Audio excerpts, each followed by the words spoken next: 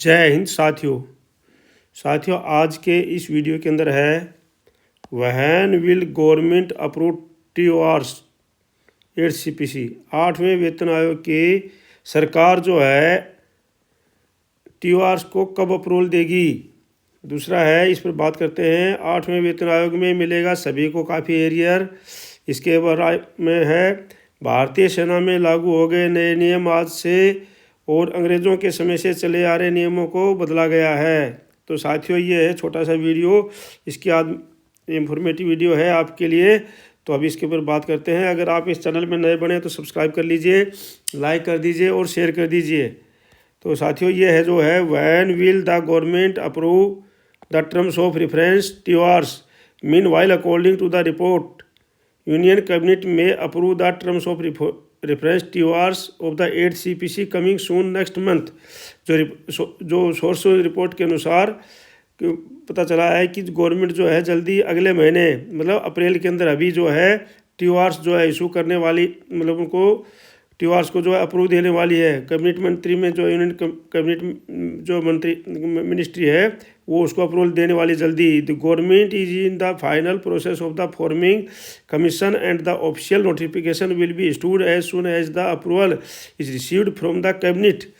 और जो जैसे ही कैबिनेट का जो अप्रूवल मिल जाएगा वैसे ही जो है प्रोसेस शुरू हो जाएगा। After this the commission will be able to start its works from April 2025।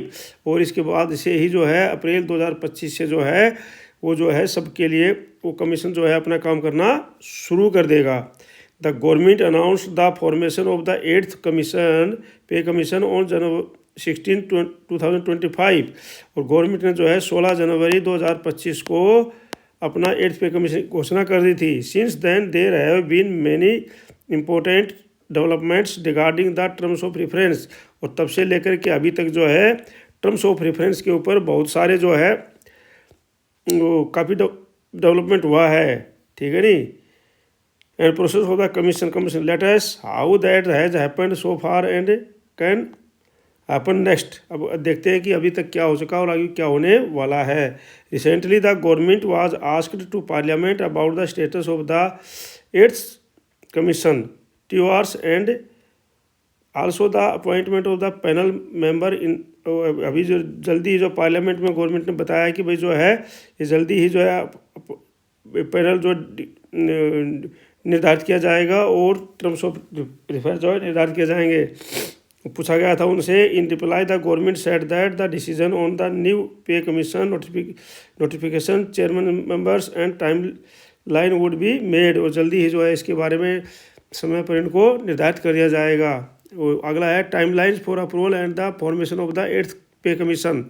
The union cabinet approved the 8th pay commission to improve this salaries and pension of central government employees के salary और pension को employ करने के लिए government ने 8th pay commission लगा दिया है, मतलब वो घोषणा कर दी है। 8th pay commission terms of reference TORs होंगे अभी। So far the staff side of the national council of joint consultative machinery JCM has sent the recommendation for the terms of reference. और इसलिए जो है JCM जो staff side से उन्होंने क्या टर्म्स ऑफ रेफरेंस भेज दिए हैं वहाँ पर। The staff side in its TOR has demanded major changes in the salary structure. और उन्होंने मेजर चेंज जो किया है उसमें सैलरी स्ट्रक्चर के अंदर बदलाव करने की कोशिश के लिए डिमांड की है।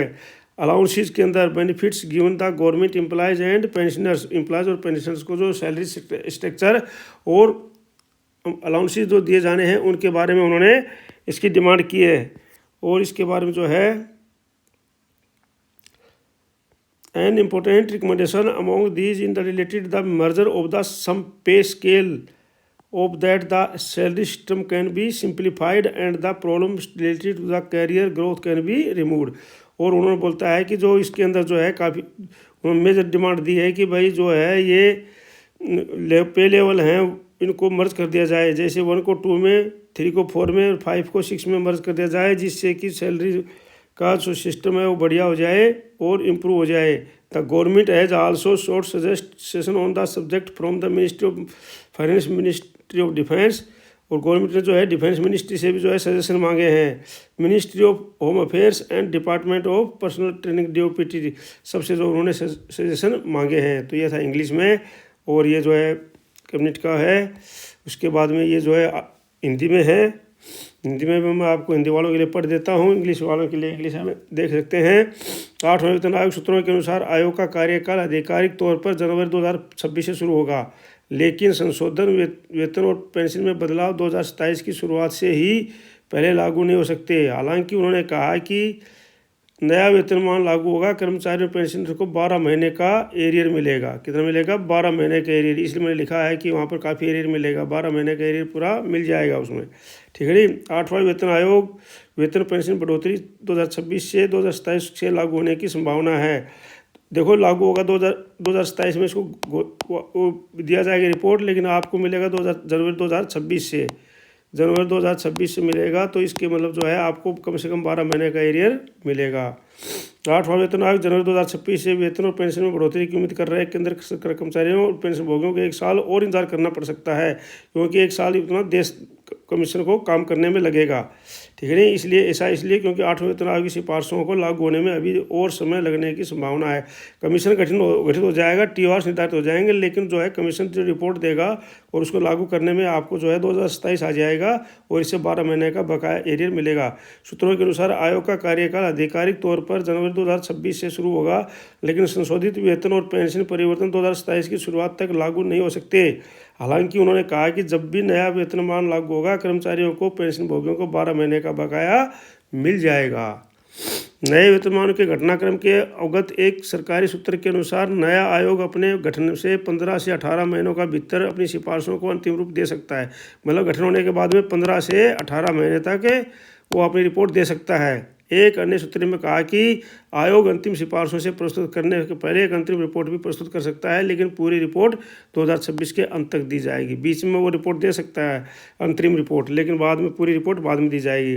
पिछले वेतन आयोग की प्रक्रिया को देखते हुए सरकार को अंतिम रिपोर्ट प्रस्तुत होने के बाद भी समीक्षा और कार्यान्वयन के लिए अतिरिक्त समय की आवश्यकता है, क्योंकि पीछे जो प्रक्रिया है उसके अनुसार लगा है कि भाई उसके बाद में और समय लगेगा। इसका मतलब है कि वेतन और पेंशन भर्ती 2027 की शुरुआत से ही लागू हो पाएगी और 12 महीने का एरियर मिल जाएगा। सरकार संदर्भ की शर्तों TOR को कब मंजूरी देगी? इस बीच खबरों के मुताबिक केंद्रीय मंत्रिमंडल अगले महीने 6ठे वेतन आयोग के संदर्भ की शर्तों TOR को मंजूरी दे सकता है। अगले महीने दे सकता है, मतलब अप्रैल में, ठीक है नहीं। सरकार आयोग के गठन की अंतिम प्रक्रिया में और कैबिनेट से मंजूरी मिलने की आधिकारिक अधिसूचना जारी कर दी जाएगी। इसके बाद आयोग अप्रैल 2025 से अपना काम करना शुरू कर देगा। तो ये थे साथियों पे कमीशन के बारे में, उसके एरियर के बारे में। और अभी आगे देखते हैं नए नियमों के बदलाव के बारे में। भारतीय सेना ने प्रमोशन के नियम में किया बदलाव। ये न्यूज़पेपर की है, पूरा इंडिया न्यूज़पेपर। जाने किन किन पदों पर और कब से होगा बदलाव। इंडियन आर्मी, नौसेना, एयरफोर्स में प्रमोशन के लिए पहले से रैंक आधारित मूल्यांकन प्रणाली है।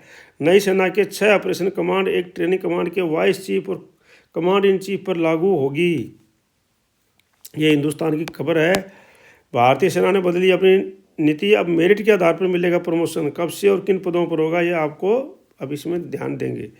तो ये है भारतीय सेना का जो है, भारतीय सेना ने अपने अधिकारियों के लिए प्रमोशन की व्यवस्था में कुछ बदलाव किए हैं।